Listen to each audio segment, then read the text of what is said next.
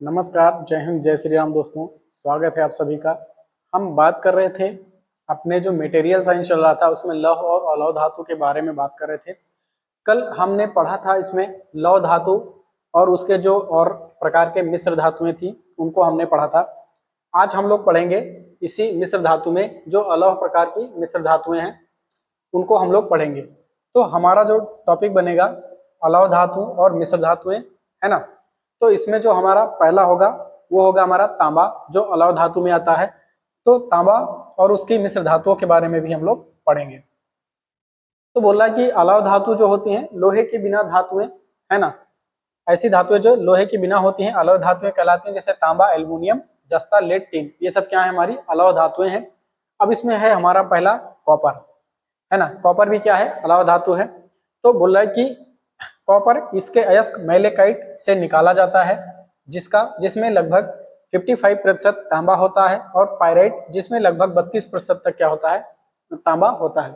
तो जो कॉपर होता है या तांबा होता है वो मैलाकाइट और पायराइट नामक दो अयस्क होते हैं, उनसे निकाला जाता है। मैलाकाइट में 55% तांबा होता है और पायराइट में हमारा 32% तक क्या होता है, तांबा होता है। अब आगे हम लोग देखते हैं इसके गुण के बारे में।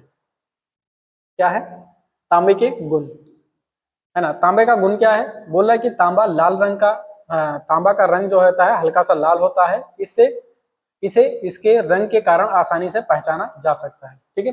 तो तांबे का जो कलर होता है वो पूरा लाल नहीं होता लेकिन लाल सा दिखता है, तो इसको हम लोग पहचान सकते हैं आसानी से। बोल रहा है कि खंडित होने पर संरचना दानेदार होती है, लेकिन जब गढ़ी या लपेटी जाती है तो यह रेशेदार होती है ना। जब इसको हम तोड़ते हैं तो इसकी जो संरचना होती है वो दानेदार होती है, लेकिन जब इसको गढ़ा जाता है या लपेटा जाता है तो ये पतला पतला रेशे के फॉर्मेट में होती है। इसका आकार रेशे जैसा होता है जब इसको गढ़ते या लपेटते हैं।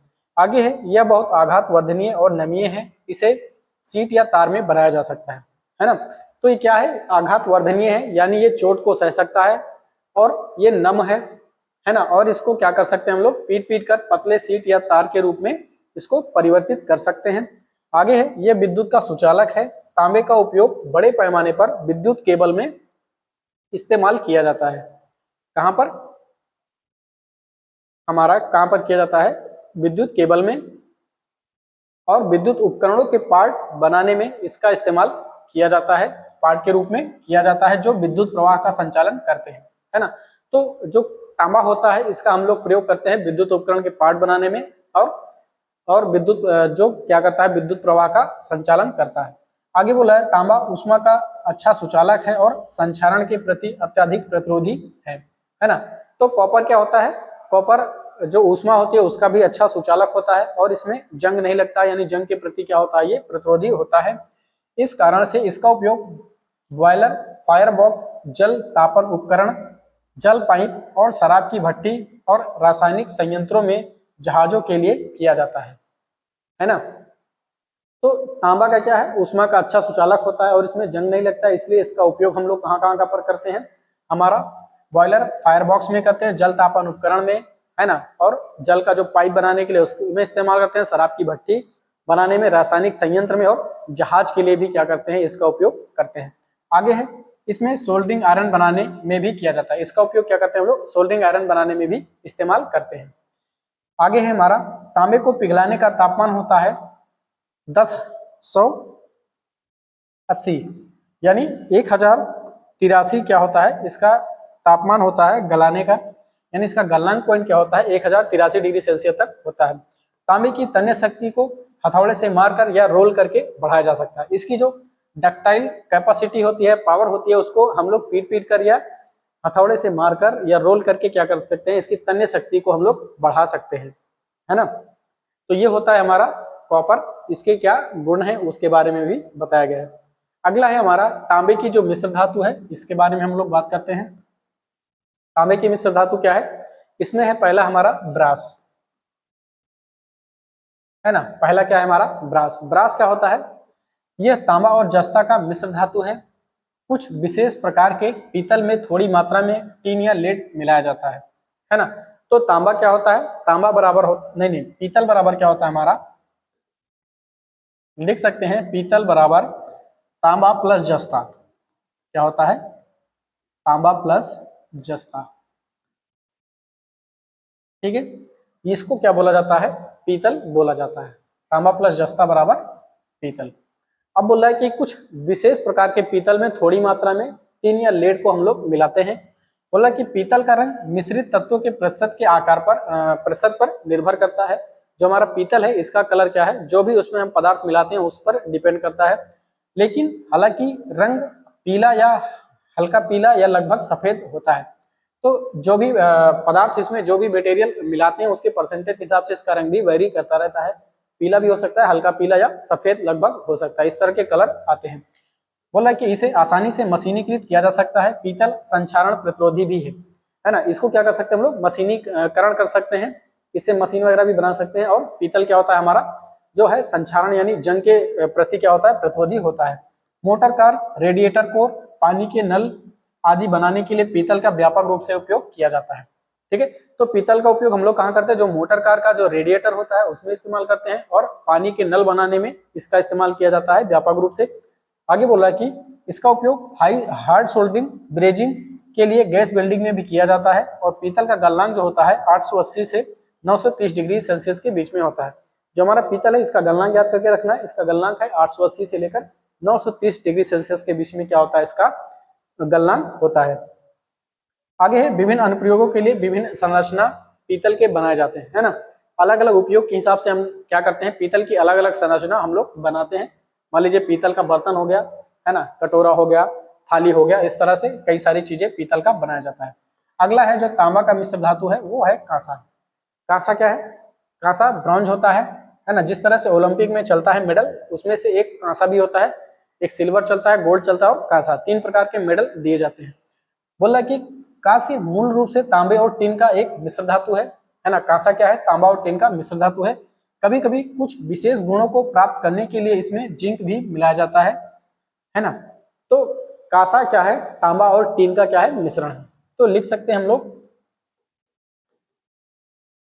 हाँ, कांस्य या कांसा बराबर कांस बराबर तांबा और प्लस में टिन, है ना।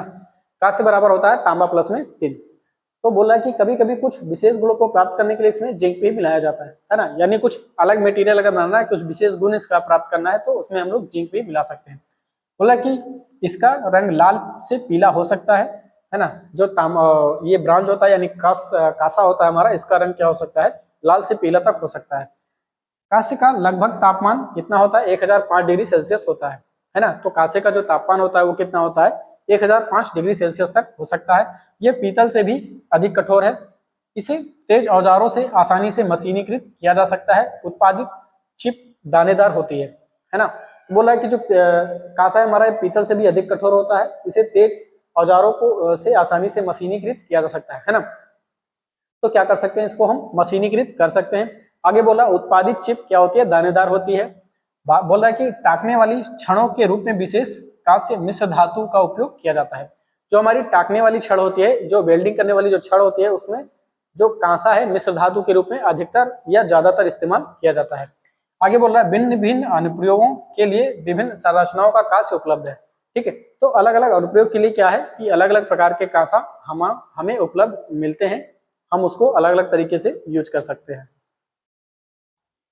अगला है हमारा लेड और उसकी मिश्र धातुएं, है ना। क्या है, लेड और उसकी मिश्र धातुएं। लेड क्या होता है, शीशा को लेड बोला जाता है। बोला कि लेड एक बहुत ही सामान्य रूप से उपयोग किया जाने वाला अलौह धातु है और इसके विभिन्न प्रकार के औद्योगिक अनुप्रयोग हैं। ठीक है, तो बहुत ही सामान्य तरीके से उपयोग किया जाने वाला हमारा अलौह धातु होता है, और इसका जो है विभिन्न प्रकार का क्या है, औद्योगिक अनुप्रयोग है। जो लेड का उत्पादन हम लोग करते हैं अयस्क गैलेना से प्राप्त होता है। एक गैलेना नामक अयस्क होता है जिससे हम लोग लेड को प्राप्त करते हैं। लेड क्या है, एक भारी धातु है जो पिघलाने पर चांदी के रंग का होता है ना। तो लेड क्या है, भारी वस्तु है, जब इसको हम लोग पिघलाते हैं तो इसका कलर कैसा होता है, चांदी की जैसी चमकती है, व्हाइट व्हाइट सी। बोला कि यह नरम और लचीली है और इसमें संक्षारण के प्रति अच्छा प्रतिरोध होता है ना। ये नरम होता है, लचीला होता है और इसमें जंग नहीं लगता है, यानी जंग के प्रति क्या है, अच्छा प्रतिरोध होता है इसका। ये परमाणु विकिरण के विरुद्ध एक अच्छा इंसुलेटर है ना। जो हमारा एटॉमिक क्या रेडिएशन होता है उसके विरुद्ध एक अच्छा इंसुलेटर का कार्य करता है। बोला कि लेड सल्फ्यूरिक एसिड और हाइड्रोक्लोरिक एसिड जैसे कई एसिड के प्रति प्रतिरोधी है ना। तो जो हमारा लेड सल्फ्यूरिक एसिड होता है और हाइड्रोक्लोरिक एसिड होता है वो क्या होता है, उसके प्रति क्या होता है, ये लेड हमारा प्रतिरोधी होता है, यानी इन सब एसिड का इस पर कोई प्रभाव नहीं पड़ता है। आगे बोल रहा है इसका उपयोग कार की बैटरी में सोल्डर आदि बनाने में किया जाता है, इसका उपयोग पेंट बनाने में भी किया जाता है। ठीक है, तो इसका उपयोग हम लोग क्या करते हैं, कार की बैटरी बनाने में, सोल्डर बनाने में उपयोग करते हैं और कई बार पेंट बनाने में भी इसका उपयोग किया जाता है। अगला है हमारा जो अलौह धातु में आता है वो है जस्ता। क्या है, जस्ता और उसके मिश्र धातु, उसके बारे में पढ़ेंगे। जंग रोकने के लिए स्टील पर कोटिंग के लिए जिंक आमतौर पर उपयोग की जाने वाली धातु है ना। मान लीजिए मेरे पास स्टील का धातु है, उसके ऊपर क्या है, जंग को रोकने के लिए हम लोग क्या मिलाते हैं, उसमें जिंक मिलाते हैं, यानी जिंक का लेपन करते हैं, जिससे क्या होता है, जंग रोधी हो जाता है।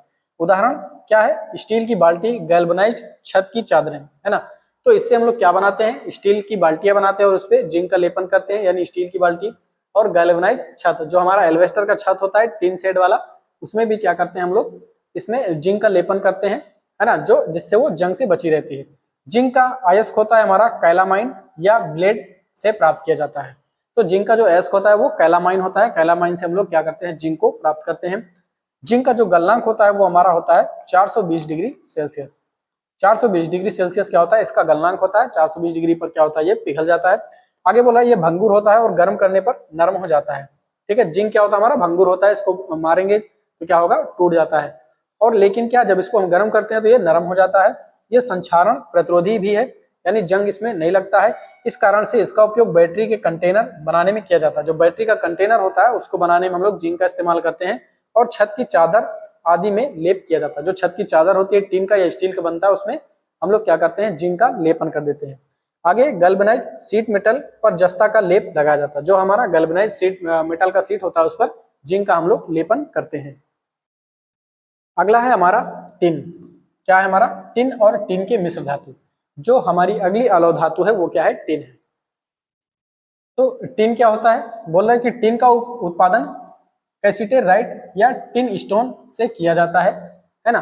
तो जो टिन का उत्पादन करते हैं हम लोग वो कैसिटेराइट या टिन स्टोन नामक एक अयस्क होता है, वहां से हम लोग इसको निकालते हैं। बोला कि यह देखने में चांदी के जैसा सफेद होता है और इसका गलनांक जो होता है 231 डिग्री सेल्सियस होता है। बोला कि यह नरम और अत्यधिक संक्षारण प्रतिरोधी होता है ना। तो ये क्या है, देखने में टिन जो होता है वो चांदी के जैसा सफेद ही होता है। इसका जो गलनांक होता है वो 231 डिग्री सेल्सियस होता है। बोला कि यह नरम और अत्यधिक क्या होता है, संक्षारण प्रतिरोधी होता है। जो टिन होता है हमारा नरम भी होता है और जंग के प्रति क्या होता है, ये प्रतिरोधी होता है। बोला कि इसका उपयोग मुख्यतः खाद्य के कंटेनर उत्पादन के लिए स्टील शीट पर कोटिंग के रूप में किया जाता है। ठीक है, तो इसका उपयोग हम लोग करते हैं, जो खाद्य का हमारा कंटेनर होता है उसके ऊपर हम लोग इस्तेमाल करते हैं, यानी स्टील की शीट होती है और उसके ऊपर टिन का लेपन करके हम लोग क्या बनाते हैं, खाद्य का कंटेनर बनाते हैं। खाद्य यानी जो खाद्य सामग्री होती है, जैसे ऑयल का कंटेनर होता है ना, टिन वाला, वो वाला। ठीक है, तो बोला है कि इसका उपयोग अन्य धातुओं के साथ मिश्र धातु बनाने के लिए भी किया जाता है। ठीक है, तो इसका उपयोग हम लोग क्या करते हैं कि अन्य धातु के साथ एक नया मिश्र धातु बनाने के लिए भी कर सकते हैं। उदाहरण के लिए क्या है, कांस्य बनाने के लिए तांबे के साथ टिन का उपयोग करते हैं। सोल्डर बनाने के लिए भी लेड के साथ टिन का उपयोग करते हैं। और एक होता है हमारा बैबिट, धातु बनाने के लिए तांबा, लेड और एंटीमनी के साथ टिन मिलाया जाता है। ठीक है, तो कांसा बनाने के लिए हम लोग तांबा प्लस टिन का इस्तेमाल करते हैं। सोल्डर बनाने के लिए हम लोग लेड और टिन का इस्तेमाल करते हैं। जो बैबिट धातु होती है हमारी, उसको बनाने के लिए हम तांबा, लेड और एंटीमनी के साथ में टिन का इस्तेमाल करते हैं। ये हो गया हमारा टिन और उसके जो मिश्र धातु है उसके बारे में। अगला है हमारा एल्युमिनियम। जो हमारा नॉन फेरस मेटल में एक और आता है हमारा एल्युमिनियम, भी क्या है, एक अलौह धातु है। एल्युमिनियम एक अलौह धातु है जिसे बॉक्साइट नामक अयस्क से निकाला जाता है। जो हमारा बॉक्साइट है उस नामक एक अयस्क, बॉक्साइट नामक अयस्क होता है, वहां से हम लोग एल्युमिनियम को निकालते हैं। एल्युमिनियम सफेद या सफेद भूरे रंग का होता है। इसका गलनांक जो है 660 डिग्री सेल्सियस होता है। एल्युमिनियम में उच्च विद्युत और तापीय चालकता भी होती है। तो एल्युमिनियम क्या है, विद्युत का चालक भी होता है और तापमान यानी टेम्परेचर का भी चालक होता है या उष्मा का भी चालक होता है। बोल रहा है कि यह नरम और लचीला है और इसे कम तन्यता सामर्थ्य है। एल्युमिनियम का हल्केपन के कारण विमान उद्योग और निर्माण कार्य में व्यापक रूप से उपयोग किया जाता है। बोला कि एल्युमिनियम क्या हमारा नरम है और लचीला है, इसमें कम तन्य सामर्थ्य है ना। इसकी तन्यता क्या होती है, तन्यता सामर्थ्य क्या है, कम है। एल्युमिनियम का हल्केपन के कारण विमान उद्योग में और निर्माण उद्योग में इसका इस्तेमाल ज्यादा होता है। जैसे कोई ब्रिज या पुल बनाना होता है तो एल्युमिनियम का ज्यादा इस्तेमाल करते हैं, और विमान जो होते हैं हमारे उसको बनाने में भी हम लोग क्या करते हैं, इसका उपयोग करते हैं, क्योंकि ये हल्का पड़ता है, वजन में उपयोग किया जाता है। विद्युत उद्योग में भी इसका अनुप्रयोग बढ़ रहा है, घरेलू हीटिंग उपकरणों में भी इसका काफी उपयोग होता है। ठीक है, तो विद्युत उद्योग में भी क्या है, इसका अनुप्रयोग बढ़ रहा है, एल्युमिनियम के वायर वगैरह बनते हैं हमारे, और घरेलू हीटिंग उपकरण में भी क्या होता है, इसका इस्तेमाल किया जाता है। ठीक है, तो यहाँ पे ये हमारा टॉपिक खत्म हो गया है, जो फेरस और नॉन फेरस प्रकार का था। ठीक है, अब हम लोग एक नया टॉपिक पढ़ेंगे जो होगा लोहा और ढलवा लोहा के परिचय के बारे में। ठीक है, इस टॉपिक को हम लोग कल पढ़ेंगे। ठीक है, तब तक के लिए नमस्कार।